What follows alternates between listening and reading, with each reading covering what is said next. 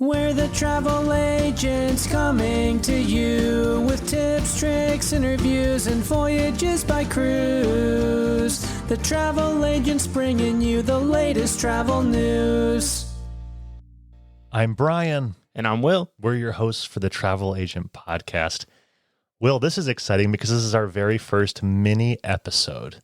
Yeah, the first of probably a many.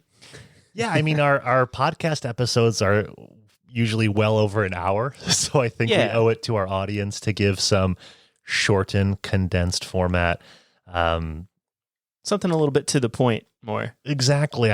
My goal for this is that we share fun stories, travel tips, things like that, which are easily digestible. Yep, and maybe you can listen to it like on your way to work or something. Yeah, while you're doing some yoga, cleaning the dishes, whatever. So why not have some fun with our very first mini episode? And I titled this My Most Embarrassing Travel Story. And I have no doubt that I won't eventually top this because I usually have something embarrassing that happens to me in every trip. But so far to date, this is my most embarrassing. It takes place in Rome, Italy. All right, I've never been to Italy, so my knowledge level is pretty minimal.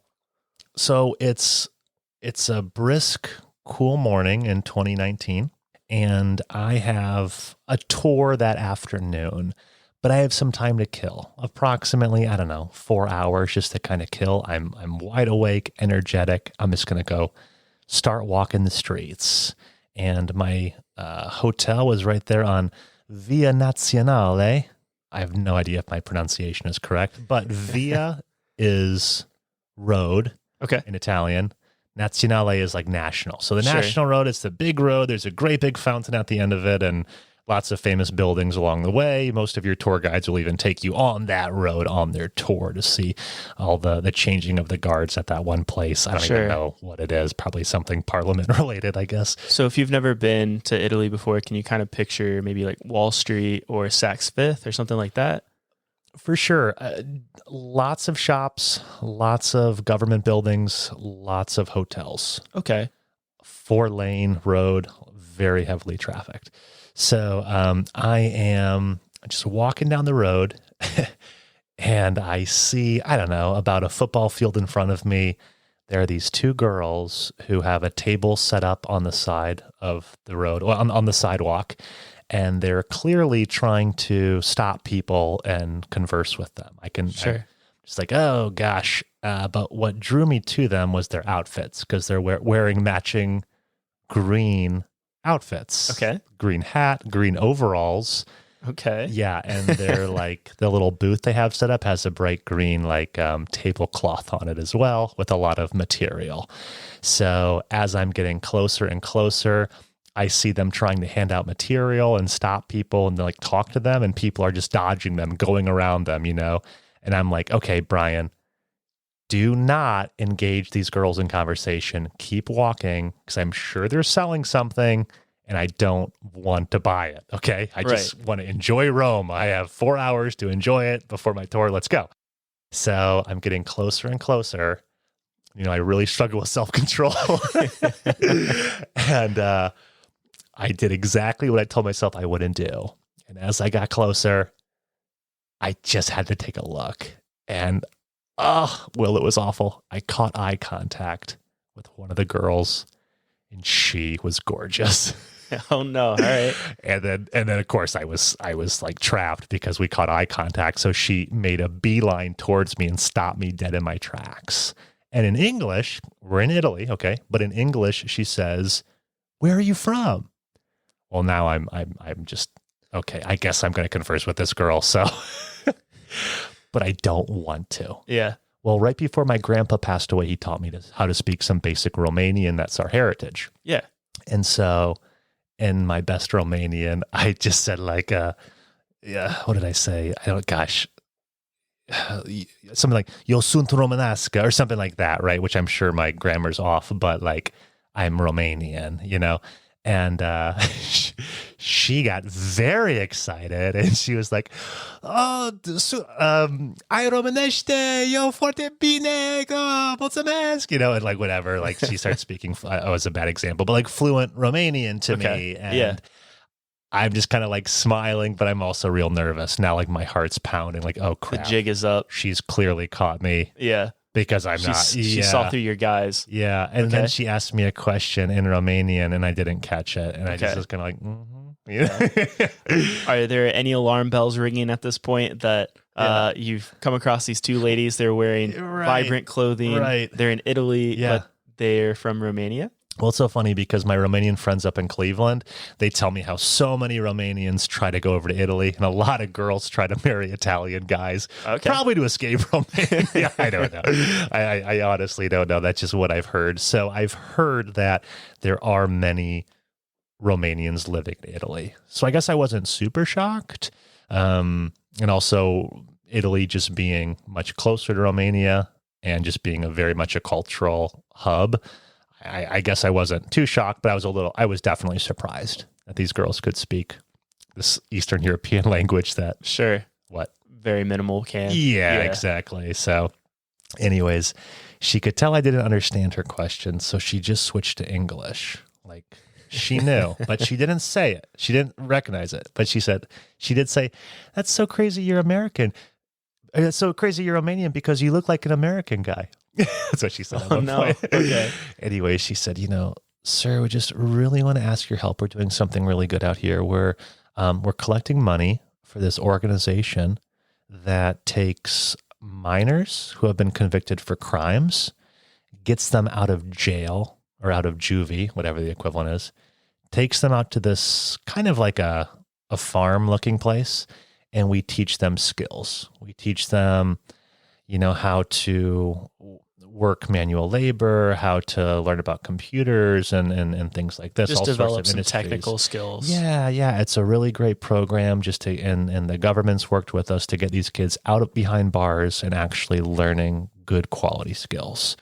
And would you consider donating to it?" Well, at this point, I feel a little bit guilty because I've already kind of lied that I'm Romanian. Sure. Yeah, I tried to finesse your way out. Right. So I'm like, well, I kind of feel like I almost owe somewhat of, like an alm to make this right. So I reach in my pocket, I pull out €5. I'm like, "Here you go. Here's €5 for your organization." And she says, "Oh, sir, thank you so much." But she doesn't take it. She has her hands up by her chest. And she's like, "I'm sorry. I can't take it because the truth is it costs €40 just to feed one of our inmates breakfast, lunch, and dinner, to house them, and do breakfast, lunch, and dinner per day.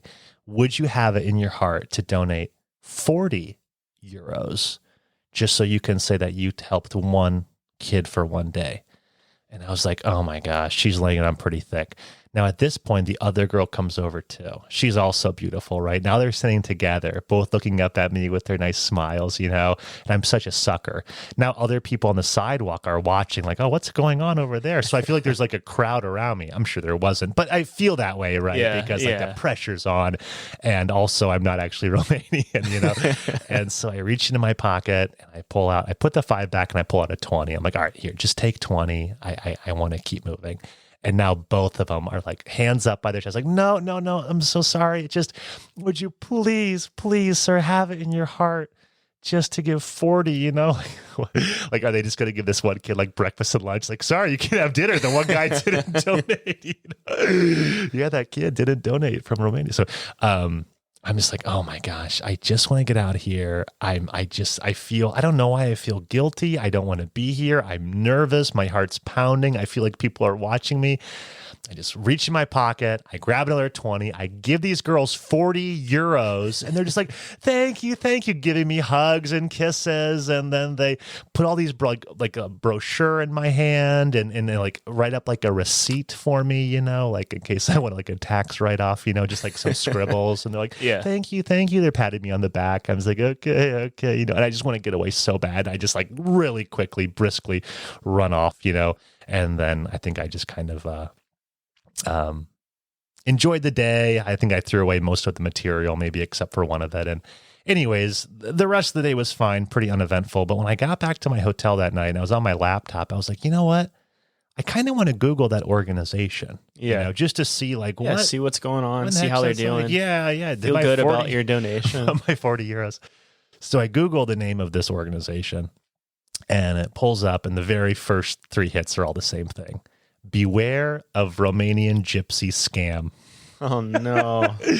Watch out for 2 girls in green. They've been seen in Florence, Pisa, Rome, Milan. They're going around talking about some fake like group that they're taking money for, and it's all just a scam. This doesn't actually exist. I was just like, wow. Well, at least I have a story. So yeah, is that something that's like really prominent in Italy, or?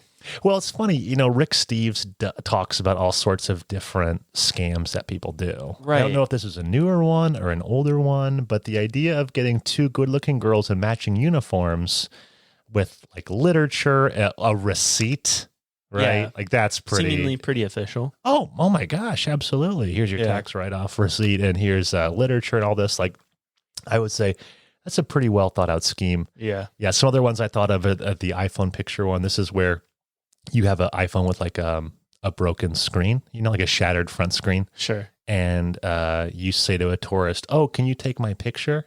And they go, like any tourist is going to say, yeah, right? Well, when you go to hand them your phone, you purposely drop it, and then it lands on the ground. And you reach down to pick it up, and the screen is shattered, and you just start going ballistic. Well, now the tourist is like, "Oh, I feel bad. Like I didn't grab your phone right. It's their fault." Yeah. And you kind of like lay it on thick. And then they feel bad, so they give you like a donation or something like that. I've just heard there's many scams when traveling to Europe. Right. I mean, here in the States, there are scams too. Yeah, exactly.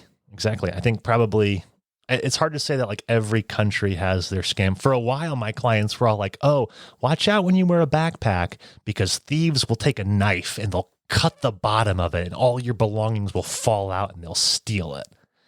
It's kind of like, well, and so then they start selling like backpacks that are like knife proof. Like, oh, you can't cut through this one, but you can still unzip it. Right. So like, it's just kind of like, what scam is going to come up next? Now you've been to Romania. Yeah. Are those sort of things happening in Romania like pretty frequently, or? Yeah, I think it's to a much heightened level because there are way more gypsies in Romania. Sure. And they're on every corner. Okay. And also, families work together and communicate in ways to make sure that they get you. They might all team up on one person, And, oh my gosh. Okay. They seems to be a common trend. I might get in trouble for saying this, but they seem to all use their children as like the main bait, Gotcha. But yeah, there's a lot of wild ones. The one I came in contact with in Romania was all the fake blood. So it'd be like a woman holding a baby and she's put fake blood all over her face. And she's asking people for money. Oh my gosh. And it looks like here's this woman and she's got tattered clothing. She's holding a crying baby and she's got fake blood all over her face. And she's like real dirty. Yeah. And she comes on the bus asking each person for money, Oh, so awkward. Oh, yeah. It's just like really. It's like, oh, this is to another extreme. Yeah. They really know what they're doing. Oh my gosh. So, are gypsies from Romania or do they originate somewhere else? I read that they actually came from India and they've gone elsewhere. But, the whole idea with gypsy culture, there's so much here. I really could not do it justice. And whenever I ask a Romanian person about it, you can tell it's a heavy subject with a lot of nuance, right? Mm-hmm. And it's very awkward for them to talk about. Okay. And all I know is that when you're speaking with Romanians and you talk about Romanian gypsies, they often get very upset or offended. Like, don't you dare call, Romanians gypsies. Don't loop them into. There's very much a difference here, right? Okay. That said, there are some very famous gypsies in Romania. We were talking before this episode how there's like on their version of MTV, they have like very famous artists and dancers, and some of them live in mansions and whatnot, Mm-hmm. So some of them do very well. But also some of the most upsetting thing I saw was like riding on a train in Romania and going through just like a dump as far as the eye could see, and seeing the houses built inside the trash and the dumps. And that's where families lived. And their job was just to sort through the trash all day long, just looking for food or resources. And so you just saw all of these Romanians humped over, like lean forward, Yeah. just like digging through trash. Just so many gypsies hunched over, digging through trash. I wonder if that's where the term Romanian deadlift comes from. Have you heard that? Like, yeah. It's like, wow, I know that position. I've seen that position in Romania. So I wonder if that's where it comes from. That's a good question. That's a good question. Scams all over the world. I'm sure there's some here in Akron. There's scams going on. Probably every day you get like a telemarketer call. Yeah. The one that's going around right now is, this is Amazon and we detect a fraudulent charge to your account. Press 1 if you'd like to dispute it, Yeah, I got a scam mail the other day for the travel agents. Oh, good. It was like, hey, you need to file this check so that we can officially declare you a business in Ohio or something like those. And I'm like, I already did that. What is this? So I looked it up and it turned out it was a scam. Like, nice catch. Yeah. I was like, this just doesn't sound right. So yeah, it's just something that happens everywhere. But the big one at our office, this was like 5 years ago, was like, and I think a few of our agents fell for it, but it was just like, UPS tried to deliver a package and we missed you. Click here to view your package. Well, even no one was expecting a package, but like, who wouldn't want to know what a package was coming from me? Of course I wouldn't know. I want to view the contents of it, right? So you click there and you end up downloading some sort of virus. Oh no. All right. Yeah. Jeez. They're inventive for sure. So the moral of this story is, don't talk to anyone ever. No, I think people who approach you, be a little more weary. If you approach someone, well, I guess they should be weary of you, but yeah, keep your head on a swivel. I don't know, maybe bring friends with you. Sure. And, exercise caution. Sure. Yeah. Because I feel like I just have so many stories from all over the world of people trying to scam and hearing about scams, and it can happen to anyone. Yeah. So. It makes for a good story, but stay strong, hang in there. Don't talk to girls in green. And that's the end of our first mini podcast episode. Thanks for listening. We're the travel agents. That's the end of our show. Make sure to comment and subscribe.